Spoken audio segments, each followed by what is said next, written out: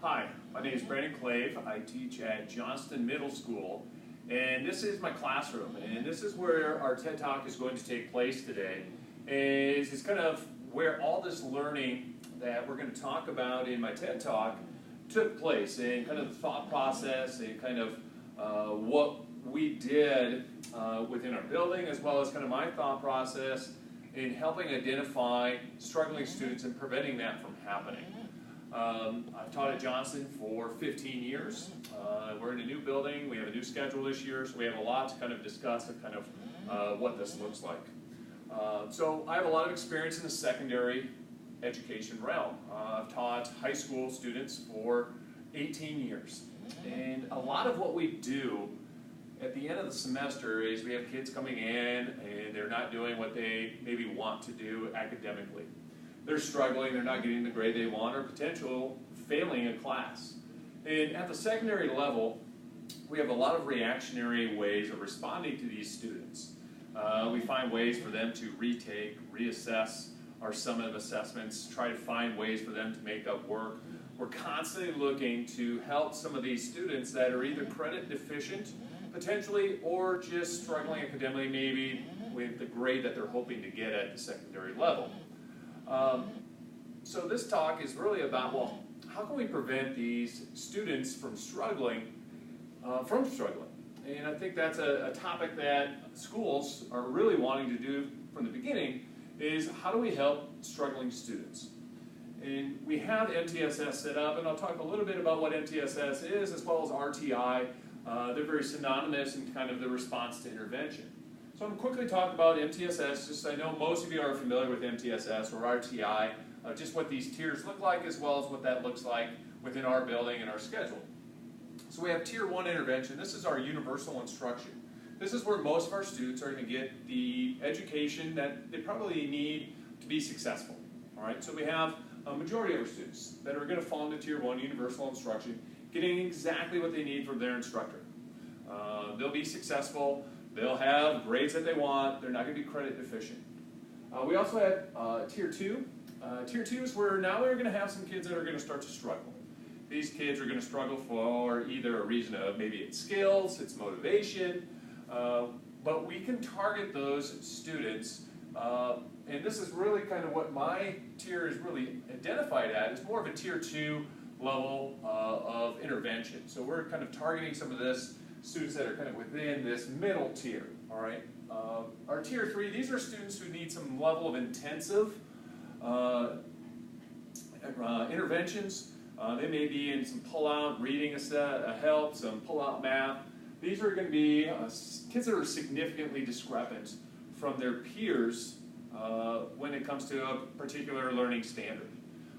So that's kind of just what MTS is. Again, it's a multi-tiered system of support. And how we use that at Johnston Middle School is different this year.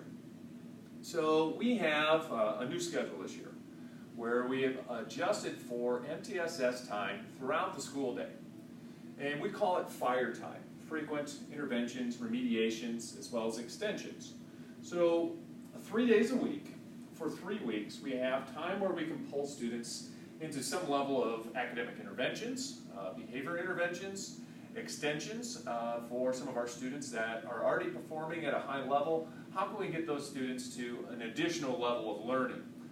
So this year our schedule has changed, and we have that time built into our school day like we've never had before in my 15 years at Johnston Middle School. So when we start looking at this, at the beginning of the year, we were using this as a reactionary response. We were finding ways of interventions after some level of summative assessments. And it helps, kind of get those kids back up. Then again, those same struggling students are being pulled in multiple academic areas. And as they're pulled in multiple academic areas, I may not get those kids that I need to see that are struggling in my class. And so at the beginning of our next semester, we're in a block class. My schedule's changed, so I teach a block of 9th grade physical science in the fall, and then I teach a new set of students in my second block in the spring. So with this schedule, we have kind of that first couple weeks, we don't really have a ton of data, and we're not really doing some level of interventions. And I'm like, well, we have all these kids that are struggling, whether it's they're already behind because they failed their previous Earth and Space Science. Well, my idea was, well, what if we just prevented us all from happening? What if I took those students who were struggling academically, maybe with math or some level of skills, and I pulled them into a prevention rather than an intervention. And what I did is I identified some students. And how I identified those students was really twofold. I knew that the semester was changing and my client load was going to change. The second semester was going to be a little more challenging just with the clientele shift. I have all the EL students that are within our building. We're going to be in my collaborative 7th, 8th period block. Those students just are going to struggle just because they're new to the United States, their language isn't necessarily up to date with their peers, the reading potentially is lower, their ability to communicate may be discrepant for some of those peers in their class. So I knew that I had those students coming in. And I wanted to get them off to a good start within my class. Well, I didn't want to pull just them because I knew that there would be other students who struggled as well. So I went and I looked at our grading system, and I pulled all the students who failed Earth and Space Science the previous semester. So I identified those students, and I'm like, well, if they struggled with Earth and Space, there's a chance that they're probably going to struggle with the physical science aspect of what I do at the 9th grade level. So I pulled those students as well. So we had a group of about 25 students. And what I wanted to do is I wanted to preload a lot of the information that was going to happen in our first assessment. I wanted them to know how to use our lab equipment. I wanted to preload the math and the equations and being able to solve the mathematical and algebraic components of what we do in physical science. And I wanted them to get a head start. I wanted them to feel successful within my class at the beginning. And I thought that with that confidence and that pre-existing knowledge coming into the class, so I would have them for 3 weeks, 3 times, 9 total times throughout those 3-week periods of time. And I'm like, well, let's preload this, let's get them introduced to our lab equipment, and let's get them off to a great start. So the first day they come in and we get the lab set up and we get the lab equipment, they're running it, they're running trials, they're using our electric timers, and they're really, really hands-on learning that we're doing with these kids within the classroom. And just an introductory. Well, then they come to class later in the day because most of these students, this fire time is in the morning, so I would see them later in the day. So they would come to class, and then they would use this pre-existing knowledge, and now they're in a heterogeneous group of students within their class, and they know what they're doing. They're the ones that other students are seeking out answers for. And that shift in confidence was really eye-opening for me, as well as to see that happening with other students. They're like, man, that kid knows what they're doing. I can go ask them a question. And I could see the confidence building after the first day. Second day was very similar. We worked on our lab, got them started, and it just kept building off one intervention time after another, till 9 weeks. So these kids came to class who potentially struggle or have already shown evidence of struggling.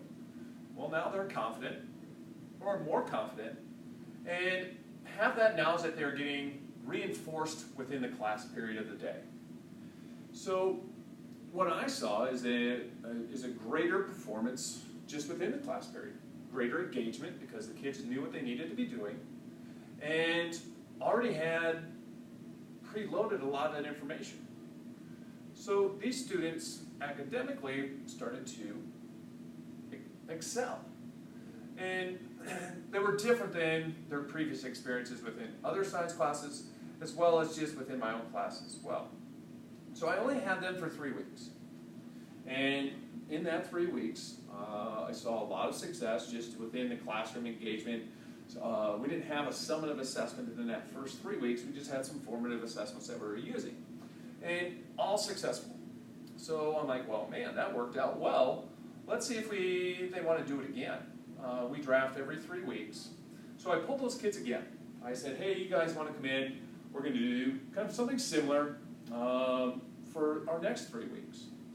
And I knew that was probably a more important aspect of that because that's when we were going to take our summative assessment. So I asked them, and all but 2 students, and one of them really didn't need to necessarily be in there. She had struggled on a formative assessment early in our first unit, so I pulled her just because I was concerned with her first formative assessment score. So she was fine. She finished the year. She's going to finish with an A in my class, so she's fine. The other one, he wanted to go somewhere else, and he felt like he got what he needed out of those first 3 weeks. Everyone else stayed, so I had 23 of the first 25, and then I pulled some additional ones just from formative assessment data throughout the first couple weeks. And we pulled them again. And that fire, second week, our second round of fire, or 3 weeks, again, was a success. And now I got them prepared for the summative assessment too, where I could say, hey, this is, these are the standards that we're going over. These are the ones that are priority standards that are going to have more points. We need to make sure that we practice and review and understand these priority standards, as well as be able to problem solve our algebraic problems in math that we're solving for in class. So at the end of our second 3 weeks, we had our summative assessment. And a lot of success came out of that. Most students, and not all, had very good assessment scores. And I want to put that in perspective because by very good, it's good from previous data that we're looking at within our building. It wasn't necessarily that all got A's, but all did better. And so we're looking at that academic success individually. There were some struggles. You know, when we start looking at, as a teacher, you want all students to be successful. No matter who they are, you want them to be successful academically, and you want them to understand your content and enjoy being in class. Well, not all students had that success. So there were some disappointments within the fire, but again, you have to look at the clientele that you're pulling.